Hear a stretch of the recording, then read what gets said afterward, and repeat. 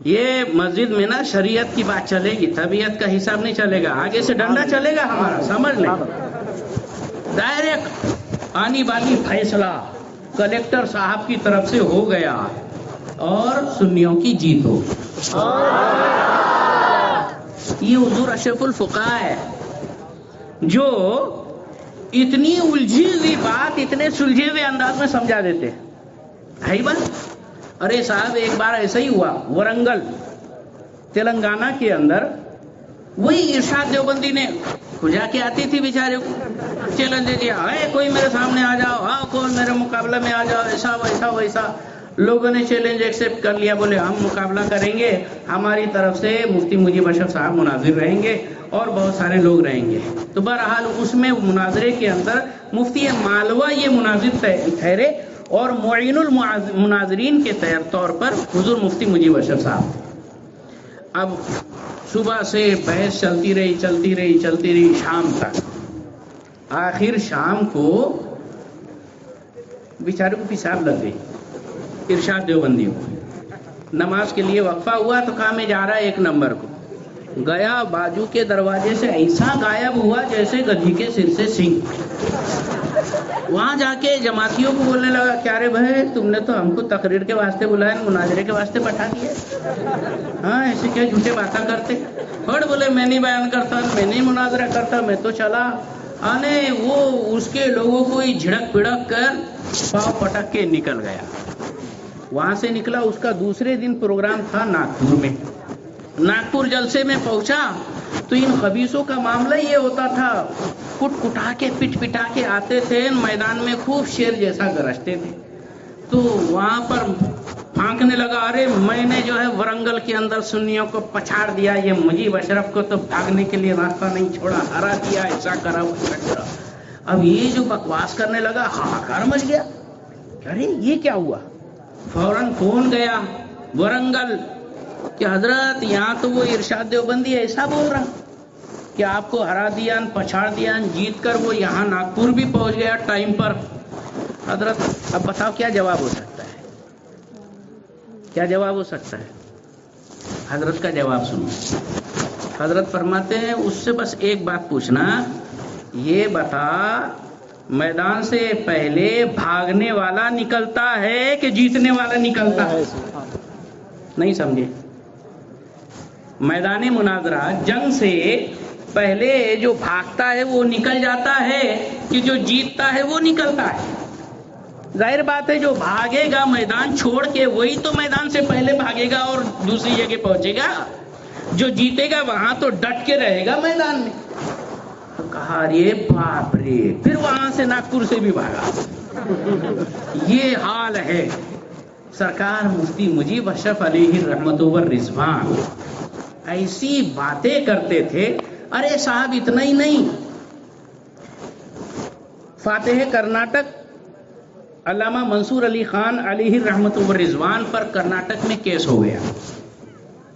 اب جب بھی ان کی پیشی ہوتی تھی کرناٹک میں تو حضرت مفتی مجیب اشرف علیہ رحمت والرضوان ایک دن پہلے وہاں پہنچتے تھے۔ وکیل کو باقاعدہ یہ ہنٹ دیتے تھے، نکات بیان کرتے تھے، اس کو باقاعدہ داؤ پیج بتاتے تھے کہ ایسے بات کرو، ویسے بات کرو، ویسے بات کرو۔ وکیل بھی بولتا تھا یا اللہ آپ وکیل ہوتے تو کسی کی ضرورت ہی نہیں پڑی ہوتی۔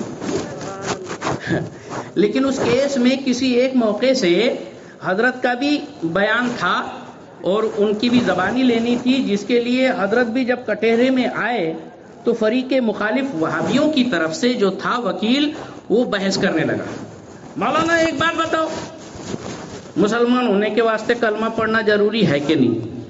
کیا بولیں گے آپ؟ مسلمان ہونے کے لیے کلمہ پڑھنا ضروری ہے کہ نہیں؟